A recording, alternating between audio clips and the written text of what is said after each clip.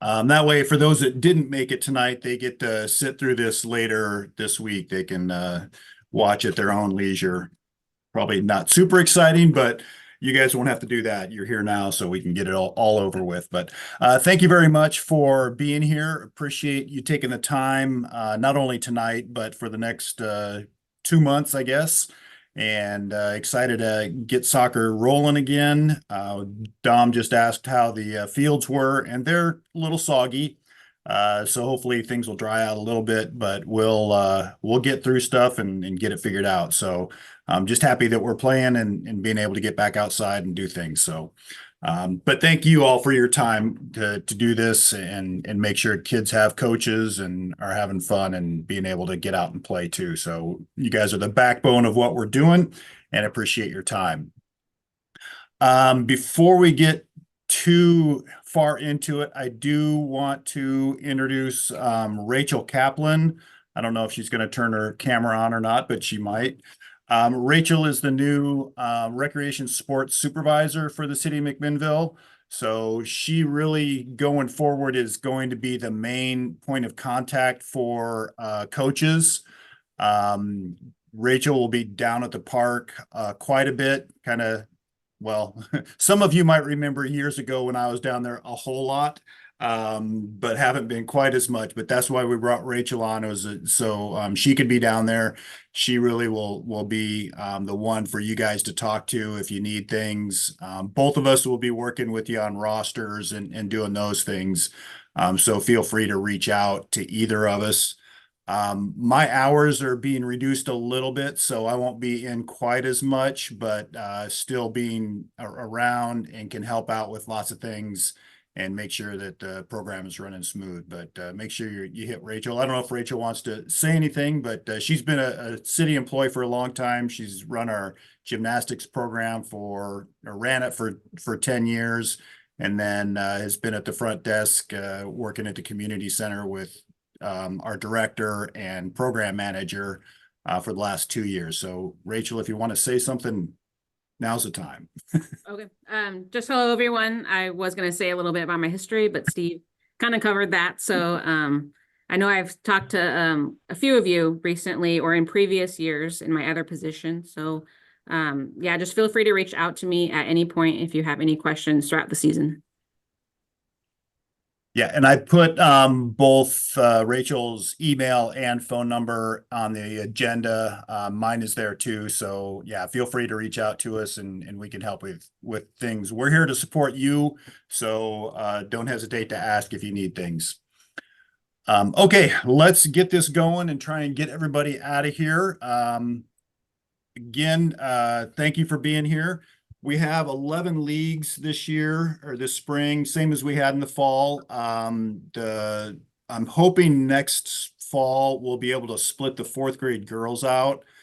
We have them combined with fifth and sixth graders, which is not ideal, but the numbers in the past have really been, we've had to do that to make it work.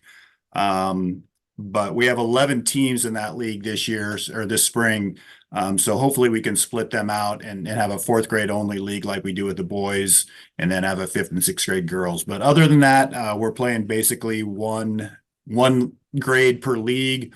Fifth and sixth grade boys is combined also. Rachel has done the shoe swap here for the last few years, and she'll do that again. That will be on Saturday, March 9th here at the community center from 10 to 11:30. Let parents know when you contact them if they want to come in and get a free or cheap pair of shoes. This is a place to do it, especially if they have something to exchange. The whole way this thing works is people donate old shoes that their kids have outgrown. Usually they've only played 1 or 2 seasons in them, so they're not worn out. They're just don't fit.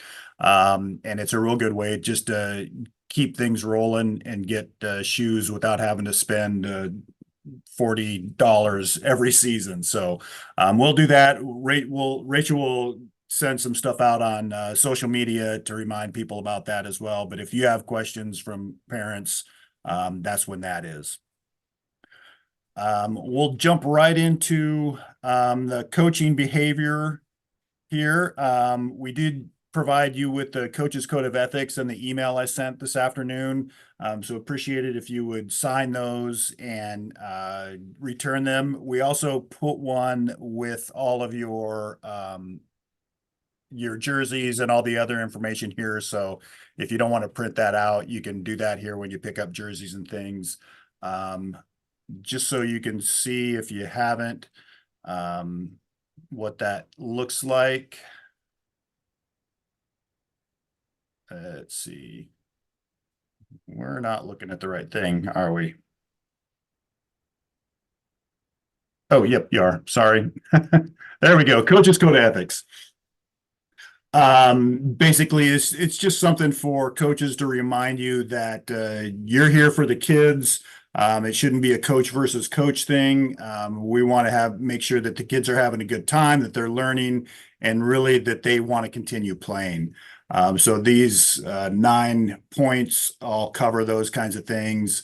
Well, I won't read through the whole thing, but this is our code of ethics. 9 is the most important. I'll remember that I'm a youth sports coach and that the game is for children and not adults. Typically don't have issues so much with coaches, but it's a good reminder for you guys. Then you can communicate that to parents as well, that this is really a program for kids, and adults ruining it is not what we're looking for. So make sure that you're supportive of the kids and that it's a positive environment all the way around. I'm going to flip back and forth a little bit between the screen share and my mug here for you. So feel free to turn my camera off if you can. Coach's Code of, the Coach's Code of Ethics, got that. We do have all the teams sharing a sideline, so keep that in mind. Running up and down the full length of the field isn't very effective for you, and it gets in the way of everybody. So just be respectful of your the team that you're playing with your kids, and share that sideline. For your sanity, we do want all of the spectators on the other side of the field. That makes it a whole lot easier for you as coaches. You don't have to worry about parents behind and kids being distracted when they're on the bench. So help us remind parents, especially at the first game, just that they need to be on the other side, and have the team and coaches on the bench side. So it's just really helpful for you as coaches to have that distinction. Kindergarten and first grade, parents can just go around the outside of the field, and then when we talk about the rules, I'll show you what that looks like for those that are new. But the teams will be in between fields, and it really should just be a couple coaches and the kids in there, and then parents around the outside of the field for the K1. Again, just to help you with your sanity and not have kids going to mom and dad all the time. They can pay a little bit more attention to what's happening. Coach effectiveness, it is based on your how much fun the kids are having, not on whether you're winning or losing games. Obviously, we want kids to compete, and we want them to try hard, and we want them to try to win. But that's really not the point of a recreation program. What we want is for kids to have a good time. We want it to be a safe environment, and we want it to be a positive experience for them. Really looking back at the end of the year and seeing how many kids at that last game tell you, "Hey, coach, I had a great time. I hope you're coaching again. I want to play again next spring or next fall." That's how you should base your success, and how effective you are, is just how many kids want to continue playing. Don't worry about losing all your games. It's going to happen to somebody. Hopefully teams aren't too uneven, but it's tough to do that when we're not doing tryouts. Trying to get kids on teams with friends where we can. So they are a little unbalanced sometimes, but just making sure that you're staying positive through all of that is kind of the way to go, and makes a big difference. Knowing the rules and substituting properly. We'll talk about the rules a little bit, not super in depth, but I did provide those to you. If you have questions about rules, don't hesitate to ask. You can come to me, you can come to Rachel, and we can help you out with those things if you have questions. Kind of going back to the positive experience. Yelling doesn't do a whole lot for kids. Most of the time they just tune it out if coaches and parents are yelling. It's even worse when coaches and parents are yelling different things. So maybe talking to your parents before the season and just reminding them, hey, encourage your kids, but please don't give them direction. It's really tough when mom or dad is yelling, boot it out. And the coach is trying, no, make a pass it to the side or pass it over here. Kids are hearing two different things. So make sure that parents are being supportive, but kids are listening to you as the coach, and your directions. And I will tell you, most of the time, your directions during games, kids aren't listening to that either a whole lot. They're just running around. So jumping up and down. Ryan like that one. It never happens. Yeah, so just make sure that you're working with the parents to keep things positive as we go through all of this. If you do have unruly parents, you as coaches can help a little bit. We're not expecting you to take the brunt of things or to be the peacekeeper, but your demeanor and the example you set really goes a long way in how parents are going to act. If you're pretty calm and cool and don't let things get to you, because I will tell you, referees are going to make the wrong call. They're going to miss something. And if you're just kind of rolling with it and are okay and just say, hey, it happened, let's go, keep playing. That's kind of how the parents will keep going too. And the kids. So really set a good example. If you do have a parent that is really giving somebody a hard time, either the kids or you or a referee, we do have staff on site. So Rachel and some other site supervisors will always be there, adults, and we can try and nip that stuff. We're walking around, and if we hear it, we'll talk to somebody about it. But if we aren't there as a coach, you can remind them that they signed a parent's code of conduct as well, and we'll get to that in a little bit. But it is one useful tool if you need to. Again, hopefully you won't. If you set kind of a tone with everybody to start the season of being positive and encouraging, it really goes a long way with everybody on that. Any questions on those things? Okay. Sorry, just looking at the comments there. Hazel, if we drop you, sorry, good luck with the basketball game. Okay, your roster composition. You probably, if you opened your rosters and looked at it, a lot of you probably thought, oh, that's a lot of kids. And it is. We really tried to hold the second through sixth grade teams to 12 players. But I think most of you probably are close to 13 or at 13. There might be one or two that even have 14, but those are super special cases for that. And then the kindergarten and first grade teams, we tried to hold at 12 or 13, but a lot of you are going to end up with 14 there as well. We've had probably close to 120 or 125 kids sign up late. So it's really hard. At some point, I have to stop creating new teams and just go with it. So we do have kids on a waiting list in most leagues. But again, your roster is probably pretty full, so please do not promise anybody that they can be on your team. If you have 13, for the older kids, going to 14 really doesn't work. We're playing 7v7, so having a full team on your bench isn't great. Even having 6 is a lot. But it still allows kids to play at least half the game and a little bit more. And you'll usually have one kid missing. from a game, but on those days when you don't and you show up with 14, that's just rough for kids. It's not a whole lot of fun to only get to play half the game. So if you have somebody that you were expecting on your team, we had a dad today, just about an hour ago, email Rachel and I, hoping to get back on the team he was on. His daughter was on in the fall, but they're at 13 and we just can't do it. So they're on a waiting list. If you do have players drop off, or just aren't showing up and you've made all the efforts that you can to contact them, let us know and we can add somebody. Most likely we can add somebody. But please don't promise things to somebody. Just tell them to get a hold of Rachel or I, and we can see kind of what we have, and if we can get them in, we will.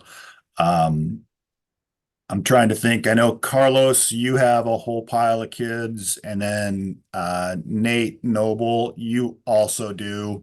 I didn't warn you. Carlos knew he was getting what he was getting.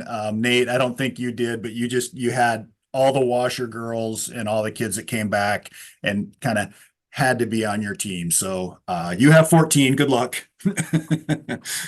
um, I think there's a couple others that may be in that situation too. So just stay in touch with Rachel and I, and we'll see kind of if we can help out a little bit. But um, players do use the jerseys that they had last fall. So anybody that signed up this spring that played in the fall, they automatically go back to the same team. So they'll use those same jerseys. We do have a lot of new players. So on the rosters that you pick up here, it wasn't marked on what I sent today, but on the rosters that are at the community center, we've highlighted who the players are that need jerseys for your team. And we've left that number of jerseys for you. So chances are we made a mistake on a few of them. So if you're short jerseys, let us know. If you have extras, get that back to us and we'll get it to somebody else. Kids do lose them and or can't find them, or they ruin them, or the dog played with them. So if you need an extra, let us know and we can try to do that and get that to you. But really encourage kids to look for their jerseys from the fall so they can continue to use those. Try to contact parents in a couple different ways if you don't hear from them.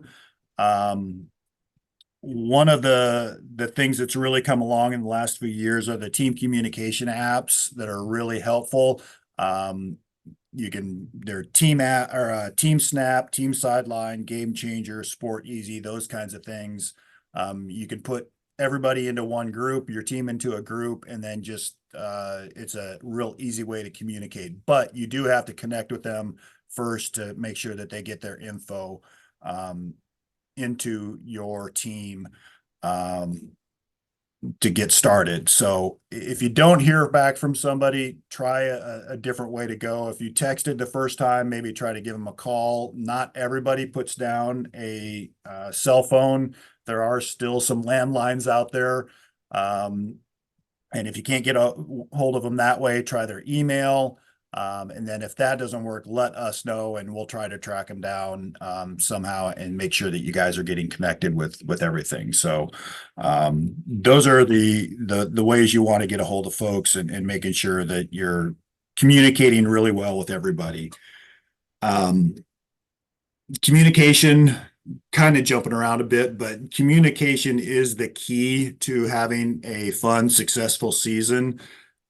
Just like we're doing tonight, we're trying to get everybody on the same page so all the coaches know how things work and who to go to and how to get things done. You should do that with your team as well, the parents.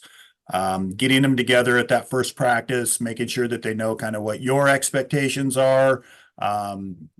Some of your expectations should be kids should be on time for practice. More importantly, parents should be on time to pick their kids up after practice if they're not staying. A lot of parents do stay, which is great. Put them to work. You guys are the ones that volunteered your time, but that doesn't mean that nobody else can help you. I would really encourage you to get other parents out there helping. It makes it a lot easier.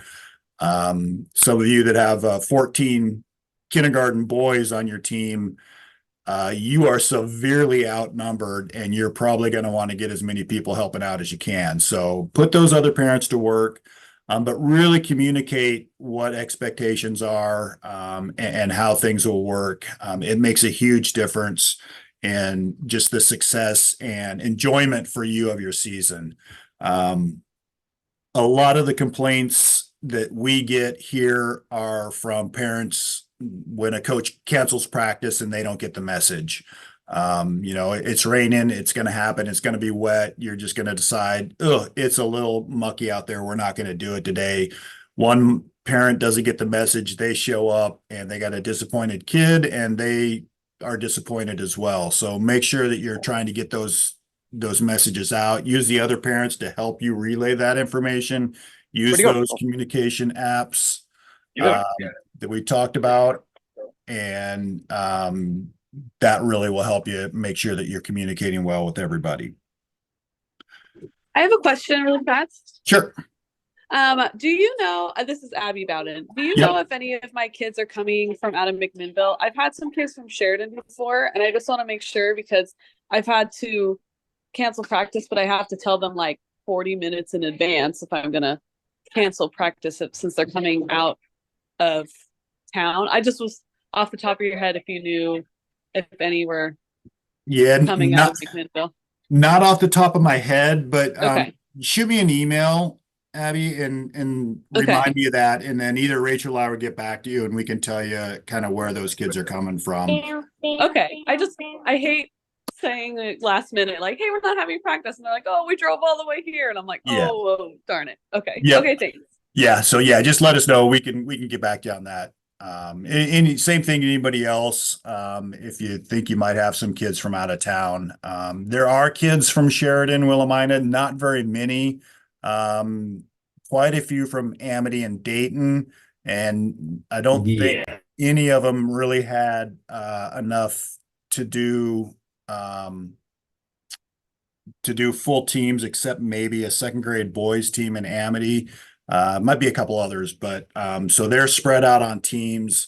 We tried to keep a few of them together so they'd know somebody, but you could have 3 or 4 Amity kids or Dayton kids on your team. So just kind of be aware of that as well. Especially like Abby said, if you cancel practice at the last minute, they'll need a little bit more heads up on that. Okay. Moving on here a little bit. Not sure time-wise. I'm doing all right. Okay. Referees, we will have refs on fields for the 2nd through 6th grade leagues. Kindergarten and 1st grade, you guys do your own. So just be prepared for that. If you need a whistle, let me know. We have a pile here. We can get to you. My suggestion for the kindergarten and 1st grade teams is to have at least one assistant coach.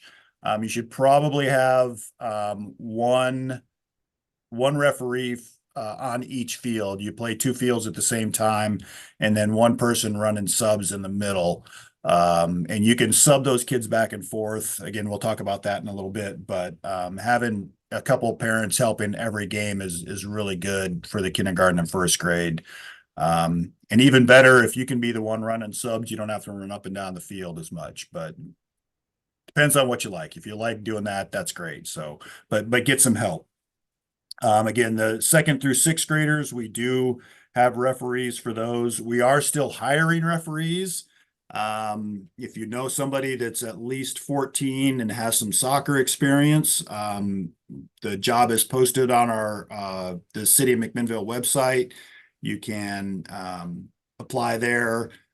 Coaches, anybody that wants to referee, let me know or let Rachel know, and we'll get you a whistle and get you out there. Hopefully we don't have to ask you to volunteer or a parent. I still haven't ever done that. Somebody complaining about refs and telling them, all right, if you can do it better, here you go. Here's your whistle. I've been tempted a couple times, but haven't had to do it. But we are looking for some refs. So if you know somebody that wants to do it, get them into us and we'll work with them on and get them trained up and ready to go. Let's see. I'm going to skip that stuff. positive approach to coaching. I've talked about that quite a bit already, but just reminding you that the athletes come first and the winning comes second. Being positive, cheering good plays from both teams. And then just keeping in mind that really the one thing that the kids are going to remember at the end of the season is how they felt playing and kind of how you made them feel during the season. So make sure that how they are feeling is positive, and having fun. It's a good way just to kind of check yourself. If you're having a tough time and are frustrated, just remember that you want to make sure that the kids' experience is good, and maybe not be quite so serious if you get a little more competitive than you need to with the recreation program. I saw somebody ask a question about the fields. We're to that point. Practices, you can go to Dancer Park. The gates will be open on Monday, March 4th. That's the plan at this point anyway. If we do get a lot of rain between now and then, we may delay that just so we don't do damage. Those fields are pretty tender.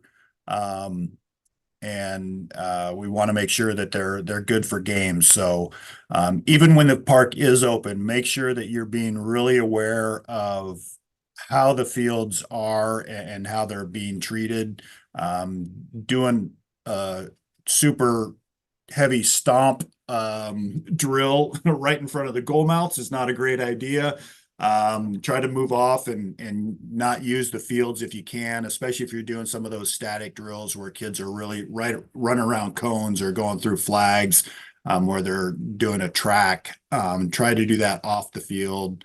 But just be aware if you're starting to pull up mud when you're practicing, just make sure that you keep moving around when you do that. But Monday the 4th, game or field should be open. Grade schools are open for practices as well. Any grass areas at the grade schools. The middle schools and high school are not available for practices, so don't try to jump on there. But yeah, the fields are going to be wet, so just be aware of turf damage from practices and do your best to help us out with that. Contact. Just a quick question. Sure. Is there a reservation system for practices, or is it just kind of like a first come, first serve free for all? Yeah, it's a free for all. Yeah. We have 72 teams, and trying to work a practice schedule in with the game schedule, we just can't do it. Soccer's a little bit easier than basketball, obviously than basketball, where you have to have a court, and baseball. So you can use any open area at Dancer Park. The outfields, grab some cones or some shoes and use those as goals. But yeah, any open areas at Dancer can be used as well. So there's a little bit extra space down there that you can use. We don't have a lot of weeknight games. There'll probably be 2 or 3 each night, but we have 12 fields, so there still should be plenty of fields open and plenty of field space. But again, use those open field or open areas where there aren't goals. If you're not doing a shooting drill, you don't really need the goals. So that'll save the fields too. But yeah, use a space down at Dancer Park. Okay. Let's see, getting help. We talked a lot about that. As far as when we would cancel games because of field conditions, it really is more about the field conditions than it is about what's happening in the weather at that moment. Obviously, lightning is going to cancel games, and we won't do anything there. But if it's raining, chances are we're going to play. If it's been raining for 3 days straight and we've had 2 inches of rain, that's when we're going to take a look at the fields and make sure we're not going to do damage, and we'll cancel things. So hopefully we don't have to do that, but you can check in. I have the inclement weather spot or webpage on the agenda. You can find that on our website and just check in there. And then there's a phone number as well. The website is probably the more reliable one to get to. It's easier to change that than it is to change the phone message now. So check there first. Somebody had asked a question. I'm sorry if I'm missing questions in the chat, but I saw something about Buell. Yeah, you can practice at the grade schools. You do not need to contact the principals or anybody about using that. The outdoor areas, the grass at the grade schools are fine to use, but we don't have access inside at all for bathrooms. So just be aware of that piece of it when you're there. Make sure, just tell parents, hey, go before you come to practice, and that'll help out a lot. Okay. I talked a little bit about the schedules. I do have those done. I just haven't published them yet. I want to check a couple things. I'm hopefully going to get those printed and done tonight after we get the meetings over, and they'll be ready for you. I'll put a stack on your jerseys and with your other paperwork. So we'll have that stuff. The schedules there for you, and then I'll get them posted on the city's or our website by Friday. I'll also email those to you probably tomorrow. So you guys will have an email copy as well. Let's see.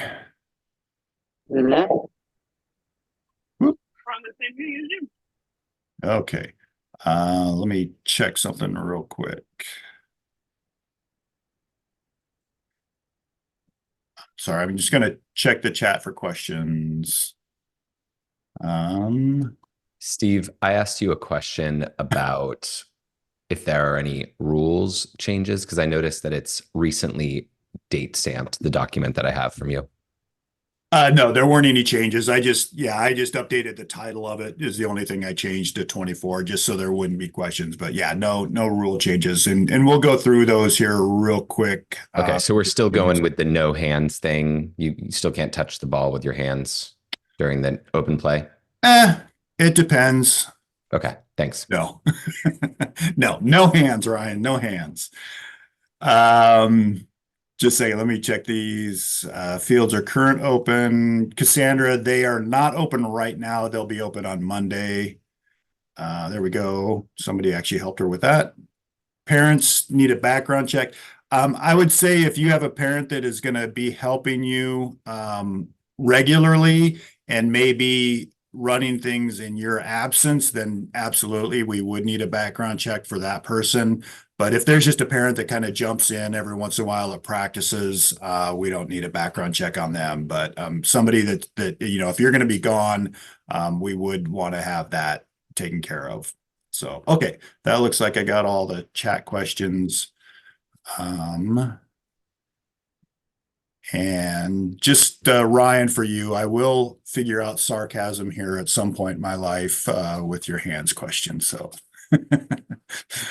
all right. Let's move to the consent for treatment and the parents' code of conduct. I talked about that a little bit. We'll hit that up now. Justin, I'll quit sharing your information. Well, I talked about schedules. This is what the schedule looks like. So second grade boys, we're still looking for a coach for one team. Hopefully we get that done. But this is just basically what it looks like. So team 6 and 9, team 6 is Rolando, team 9 is Lucas Partin. So you guys are playing at 9 o'clock on Saturday, the 16th, field 3. So pretty basic, just match up your number to your team number up here and what's on your roster with that. So that's the second grade boys. They're playing on a couple different fields, so make sure that you're looking at that. Second grade girls, they're on a single field. So just put that at the top, what field number you are. So that's what those look like. Parents' code of conduct. Okay. So just like the coach's code of ethics, we have a parent code of conduct. This was part of the registration process. A lot of people don't realize that they're signing this, but by registering your child, you do agree to this. The top part here, anyway, it basically just says that as parents, we're going to behave and we're going to be supportive of the coaches and the kids and the referees, and we're not going to yell at people. So, this is one of those things that you can use if you do have a parent that is being less than positive. You can nicely remind them, hey, there is a code of conduct, and like to ask you to abide by that. And you'll have a copy here that you can show them. So we put a packet of these. There should be 15 for each team. So you can have one for your first practice, hand these out. The bottom is the consent for treatment, player's name, address, physician, allergies, that could be helpful, medications, insurance, those kinds of things. None of this stuff kind of at the bottom from family, physician on down is required. It's just really helpful if something happens for you guys to have that information. But really the big thing is just having the parents contact. Again, at this age, most parents are staying at practices and games. But this is really handy to have if something happens and a parent's not there. So have them fill it out. Again, if they don't want to fill out the bottom part, they don't need to put the player name, have them sign it, again, agreeing to the top, the code of conduct. And then you guys hang on to these through the season. So you have them at practices and games. And then at the end of the season, you can either drop them off here and we'll shred them, or you can shred them or burn them or do what you want, get rid of them. But these are for you to have. They're just tools to have in your backpack there. Hopefully you don't need either one of them ever, but they're nice to have if you do need them. So that's what those are. Couple rules for the parks. I think we put this on the schedules, but just a reminder, there is no smoking at the park, no pets at the park, and no trailers or RVs at Dancer Park, or actually at any city park. Just remind, even work trucks with trailers are not supposed to be in there. It's a parking issue. They don't fit. There's no designated parking for the oversized vehicles like that. So if you have a parent that drives something big, just remind them that they'll need to bring something else to games and things. But again, no smoking, no pets. The pets one is always interesting, but we try to remind people about that. Hey, sorry Sure. if I missed this. But you mentioned the parent code of conduct. They agreed to that when they signed up. The data at the bottom that we're asking for, the consent for treatment, are we going to be are these forms going to be there for us to pick up, and then we have each of the parents complete them individually, or have they already completed these when they signed up? Yeah, there's a packet with your jerseys and the schedules and rosters and stuff here at the community centers. There'll be one for each parent, so you'll need to have them fill that bottom part out and then just hang on to it. Okay, got it. So just Great. practice one, have them knock it out or something. Yeah. Okay. Yeah. Yep. Perfect. Yeah. Thanks for clarifying that. And then background checks. Let's see, what am I gonna do? Rachel, I think, wanted to talk to you guys real quick about background checks. So I'll turn that over to her for a second. Yeah, so I put background checks on the coaches' jersey piles that need them. There really are only 2 or 3. Most of you are up to date. They last 3 years.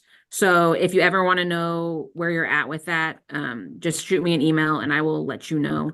Most of you have turned it in the last year or 2, so you're still good for another 2-3 years. If you need more copies, though, if you have parents that are going to be helping out, you can have them fill it out online and email it to us, or you can grab some from the front desk. They always have copies if you need those. Great. Thanks, Rachel. That actually brings, I'm going to skip, if you're following along on the agenda, I'm going to jump down to 15. We'll come back to the rules here, but concussion awareness training.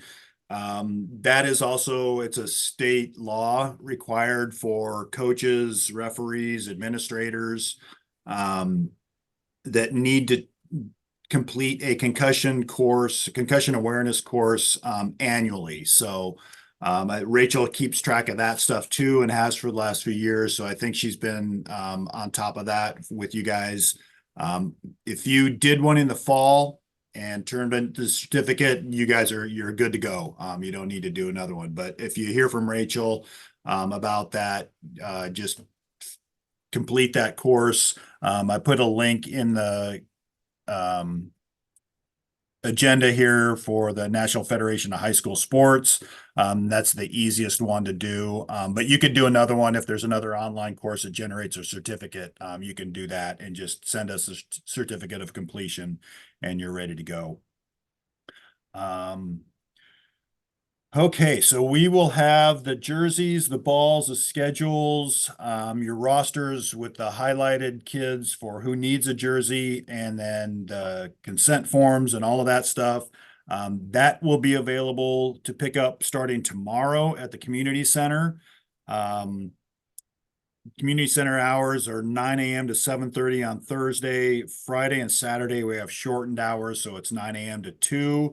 And Sunday we're closed, and then we're back to 9 to 7:30 on Monday. So come on in and grab that stuff.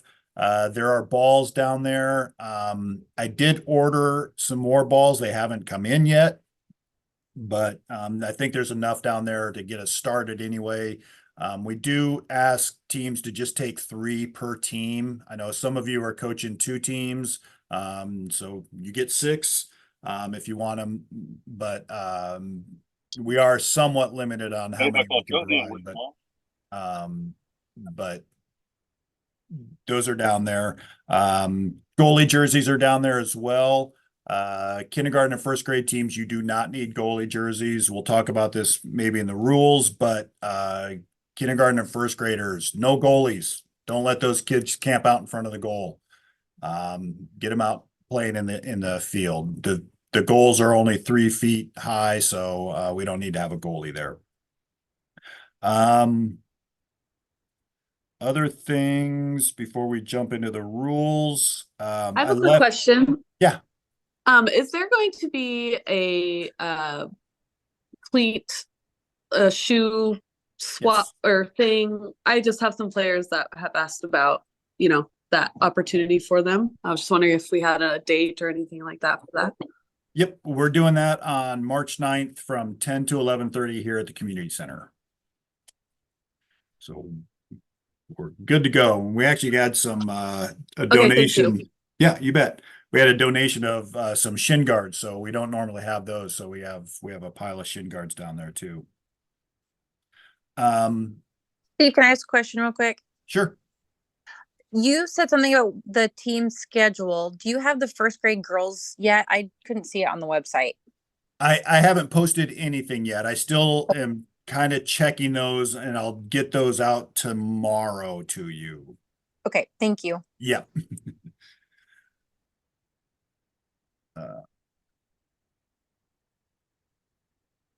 Okay, so I didn't.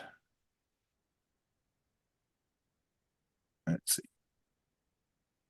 We just wanted to share a couple links that we have and some other resources for you. Positive Coaching Alliance. That's we're going to start working. One of Rachel's jobs is to set up a kind of a coaches development program, and I think we're going to go with Positive Coaching Alliance. I know a lot of the clubs use that, and it's a really popular program, and it says it right in the title, but it is very positive. What they're looking for is making sure that the kids are having fun, and the philosophy they have really lines up with what we're doing and what we want to do. They do have some free information. If we get a partnership set up with them, we'll have access to a lot more information, but you can look at that Positive Coaching Alliance Dev Zone, Development Zone for coaches, and find some good information. There's a flyer about tips for first-time coach, tip for first-time parents of sports. those kinds of things. So check it out if you have a little bit of time and want to look into that. Our soccer webpage is here, so that's where our information will be, and that's where I'll post the schedules. So you can find that stuff there. U.S. Youth Soccer Organization, they have some coaching resources available, and then Oregon Youth Soccer as well. So those are some places you guys can find information about practices, practice plans, that kind of thing. We also offer to reimburse you if you want to get certified through the USSF Grassroots Coaching Program. I think a couple of you have done that. Ryan, did you do that? Yeah, I think so. They have a 4v4, so for younger, or a 7v7 course, which is what we're doing for the second graders on up. But you just jump on the US Soccer site and get into the grassroots program. I think there's a free intro class, and then after that, there's the 7v7, which is $25. So complete that course. You'll have to pay for it up front, but complete that course. Send me your receipt and send me your certificate of completion, and we'll put a $25 credit on your ActiveNet account that you can use for soccer in the fall, or for painting class, or gymnastics, or swim lessons, anything at Parks and Rec, but something we want to offer to coaches to help you out with your development too. So that's one thing. The other thing that I'm kind of excited about is not something that we're doing, but Yamhill Carlton Soccer Club up in Carlton. Karen Wright has built a fantastic program up there. Some of you may have kids that play there, but what they've done is super impressive. I wish I had the time to do even a quarter of what Karen's doing. But they're bringing in TJ Kostecki, I think is his name. He does what's called Eyes Up training, or vision training. I did this with Karen and the YC Soccer Club probably 7 or 8 years ago. Went through it, and really what it is, it's just a training process for kids to not always have their heads down looking right at the ball. If you watch the Yamhill Carlton teams that play in our league, they pass the ball and move so well. They do have advantages. Yes, they're practicing a little bit more, but just going through this vision training makes a huge difference. So Karen wanted to offer it to all of our coaches. It is free. There's a flyer that we put in your packet, and you can check that out. But it's on Sunday, March 17th, in Carlton from 10 to 11:30. There's the coaches training. From 12, or at 12, there's coaches lunch and wine tasting. Karen Wright is Ken Wright Sellers is the other half of Karen Wright. So if I'm not a wine drinker, but for those of you that know wine, you've probably heard of Ken Wright. But they're doing a lunch and a wine tasting, and then after that, they're doing a leadership training. And that's actually for kids 15 and up and coaches. So those things are all free. I'm almost positive the wine tasting is free, but I can't say that with 100% accuracy. But everything else is. Karen did ask that people RSVP to that, and her number is on the flyer that we have. Let's see if. Well, I'm not going to do that. I'm afraid I'm going to mess things up. So, but we do have the flyer. I'll post it on our website, but it's also in your packet. So please take advantage of this. Would be great to get 10, 15, 70 coaches out to do this. I think you really would enjoy it. And just kind of see what they're doing there. There is another on the back of the flyer. TJ's doing a book reading on Saturday the 16th. But really what we're pushing is the vision training on the 17th, Sunday the 17th. It is St. Patrick's Day, so there's that to look forward to as well. But anyway, that's a free training, free opportunity for you guys to improve things and to get some different coaching things. So please take advantage of it. I'll probably send the flyer to you here again a little bit before, just to remind you that you can take advantage of that. So, and then there's Rachel and our contact information. So before we jump into the rules, any other questions? Ashton, I missed the time on Saturday. Is that for, I'm not sure what you're referencing. Yeah, for the cleat swap. For what? For the cleat swap on Oh. Saturday. Yeah, the cleat swap is from 10 to 11:30. We'll just make sure. Yep. Okay, let's jump into the rules real quick.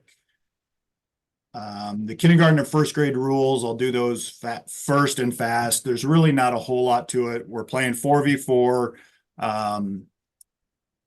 You have 2 fields. So you'll have 4 kids from the white team playing here, 4 kids from the white team here, 4 kids from blue, 4 kids from blue.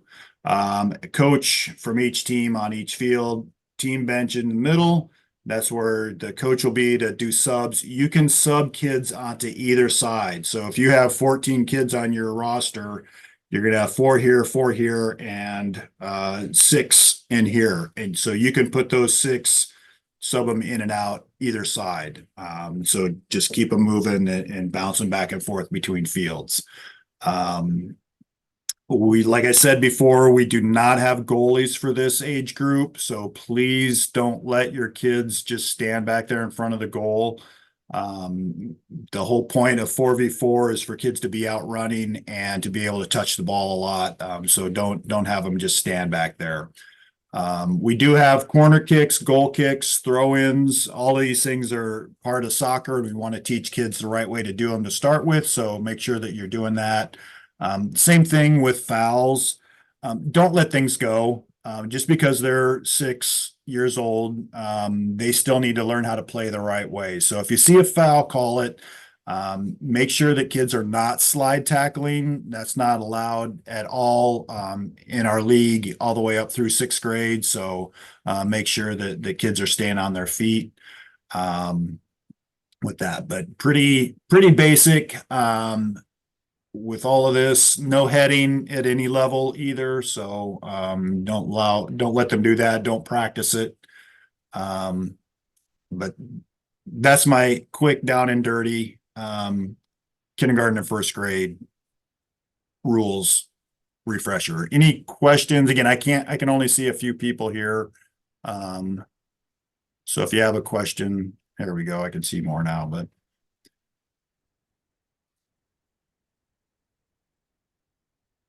okay.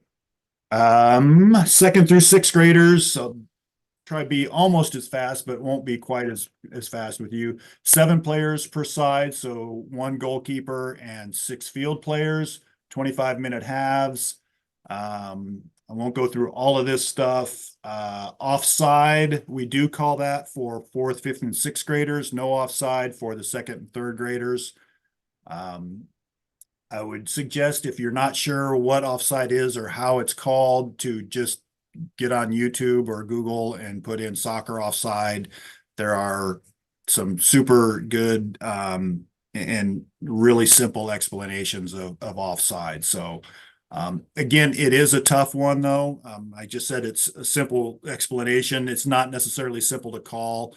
Referees should be calling it, but referees will miss it and call it incorrectly. Just, you're kind of going to have to roll with some of that stuff. Let Rachel or I know, so if it's really consistent, so we can talk to the refs and make sure that they're getting trained the right way. But checking out videos of offside is a good way to figure it out. Fouls of misconduct. And then the goalkeeper rules. This one, I have a video for you guys that I want to show you real quick. About 3 minutes long. This is about what happens when the goalkeeper gets the ball. Rachel, just nod if you can hear this. It's Andy Coots, Coaching Director for Eden Prairie Soccer Association, bringing you a brief explanation.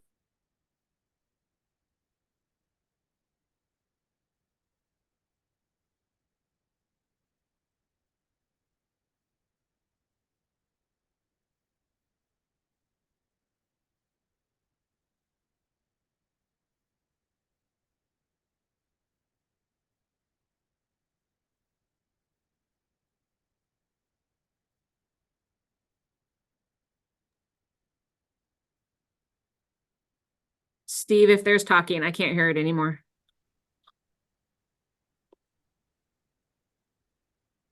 Parents, but it's because we said so. And in this case, US Soccer has said so by issuing a mandate for all soccer associations to adopt these rules for the youngest players. Our build-out lines for A, B, and C will be the halfway line, and for D on the bigger field will be the bottom edge of the center circle with hash marks near the touch lines to indicate where that line would be if it went all the way across the field. Our line is at midfield for all leagues. Build-out lines essentially create a zone where on a goal kick or a goalkeeper possession, we're allowing a short pass that can be possessed before the other team is allowed to pressure the ball. Here's how it works. The red team has kicked the ball over the goal line, giving the blue team a goal kick. Now on a goal kick, the red team has to drop back to behind the build-out line, which in A, B, and C is the halfway line. So this is a B example with 5 players on each team. Sorry, this is I think the last interruption. For our fields, we do not have this 6-yard box or goal box. We only have the bigger 11-yard box for 4th and 5th graders and a 7-yard box. So there's just one. All our goal kicks are taken from the top of this box, but everything else applies as far as the players moving back. Once the ball is in play, that is, a goal kick has cleared the penalty area, or a goalkeeper with the ball in his or her hands has released it. Now the opponent, can now cross the build-out line and play resumes as normal. The goalkeeper, though, doesn't have to wait until the opponent drops all the way back. If he or she chooses to put the ball in play, they can at any time, or whoever's taking the goal kick can take the kick at any time. But they do so with the understanding that when they put it back in play, the opponent can now play as normal. It doesn't have to continue to drop back. It's a coach's job, not an official's job, to maintain the pace of the game. So if you have a player like this number 7 who's taking his sweet time to get back behind the build-out line, that's a coach's job to either get that player to hustle or get that player off the field if you need to send that message. We don't want the rule to slow down the pace of the game much more than it would normally take to get a goal kick back in play. Now it's C and D with goalkeepers, but with build-out line rules, there's no punting. So a goalkeeper can't kick the ball out of their hands way up in the air down the field. In fact, they have no incentive to. The opponent needs to drop behind the build-out line. So the smart soccer play is to release the ball to a teammate, right? To put it down and pass it with their feet, or to roll it or throw it to an open teammate. In sum, the build-out line rules should facilitate a more skillful game of soccer and give players a better opportunity to practice skills that they're learning in a game situation. Thank you for all you do on behalf of the kids, and look for more resources on the EPSA website to help you.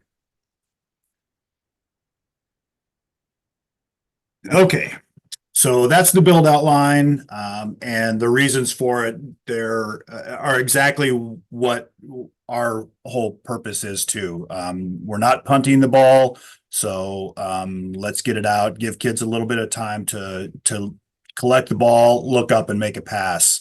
So hopefully that helps explain why we're doing it and how it works. So any questions about that?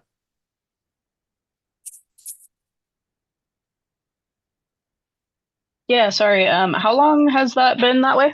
Just for my brain. They changed these. I can't remember exactly when we did it, but it's probably been 5 years. Okay, so most of these players are already going to know that kind of thing. Yes. Perfect. Yep, absolutely. Yeah, everybody, all the kids that have been playing it, and honestly, it's pretty close to what we do in basketball as well on a turnover. We make the basketball kids move all the way back. So if they play basketball and soccer, they kind of understand that piece. So yeah, kids have it down pretty well. So Cool. Thanks, Steve. yep. Let's see. I talked about slide tackling, but really make sure that the kids are not slide tackling. Referees should be calling it. The referees are sick of me telling them, hey, call slide tackling, call slide tackling. I don't know why they don't want to, but we'll keep hammering on the refs to call it. But coaches should be helping out with that too. Keep kids on their feet during games. I think that's all I really wanted to touch on with the rules again, and no heading. We talked about that, but that's kind of the same thing, Pam. That's been a while, but probably kind of the same time, probably for 7 or 8 years on that. We haven't allowed kids to head the ball. So, any questions about rules? Yeah. Speaking of slide tackling and heading the ball, is there available ice packs like at the ref station? We had a kid on not on purpose head a ball last season, pretty rough, and a ref came out with an ice pack, which was super helpful. I just want to know, like in the back of my brain, if that's available to kids, if they need it, if they are injured. Not enough to be taken off the field or go to the hospital or anything, but just kind of like a sideline help out. Yeah, we do. We have in those sheds there right by the play structure, we have a pile of ice packs. We do have a very, very small first aid kit. One of those weird things, our risk management says don't do much more than provide Band-Aids and paper towels, but we do have a first aid kit, a couple of them in there as well. But yeah, there's ice packs in there. And we can get those to you if you need them. Thank you. Sure. All right. I think that is all I had. Let me check the chat one last time. Oh, somebody asked about vaping and bringing animals. Yeah, if we notice that, if our staff, and I'm not talking about the 14-year-old referees, but the adult staff down there, if they see somebody smoking or vaping, we will go remind them that that's not allowed here. Same thing with animals. A lot of times with the dogs, though, what we'll do is say, hey, they're not allowed. Please don't bring it back. If it's warm at all, we don't want them to go put the dog in the car and get it overheated. So we'll kind of give them a warning. But hey, Steve. Yeah. Actually, last season, spring and summer, there were some, I had a couple of issues with people letting their dogs out of the leash and run around doing practice. And it was kind of scary because a couple dogs were like a pretty big dogs running around unleashed. And that would be great if someone can be there watching just for the safety of the kids, because some of those dogs can really harm someone. You're talking about at practices? Yes, I'm practice, not on games, I'm practice. Yeah. We should have staff down there. Monday, we don't have games on Mondays and Fridays, so we probably won't have staff down there those days. But Tuesday, Wednesday, Thursday, whenever we have games, somebody will be there. And so come and find us. We should do it. I mean, it is a city ordinance. One, dogs need to be on leash anywhere out in the public. But it is a city ordinance to not have dogs on the fields at Dancer Park. They can be on leash on the trails or the sidewalks, but on the turf, there are no dogs allowed rabbits, cats, none of that, but it's always dogs. So yeah, let us know, Rolando, and we can go talk to people. If it's a safety hazard, I'm fine if you want to call the YCOM, the non-emergency number, or if it is an emergency in your eyes, call 911. I'm guessing it's probably not an emergency, but just let them know and they may be able to get somebody down there. Diego Pickney Plainfield. Yeah, you guys can practice at Dancer Park, anywhere that's open. And go. If you get down there, all of our games start at 5. So if you're there at 4 and you're practicing, go for it at 5 or 4:45. There may be teams showing up. And if you see that, then you just have to go find somewhere else to go. But yeah, it's all, any open space at Dancer Park is open for practice. All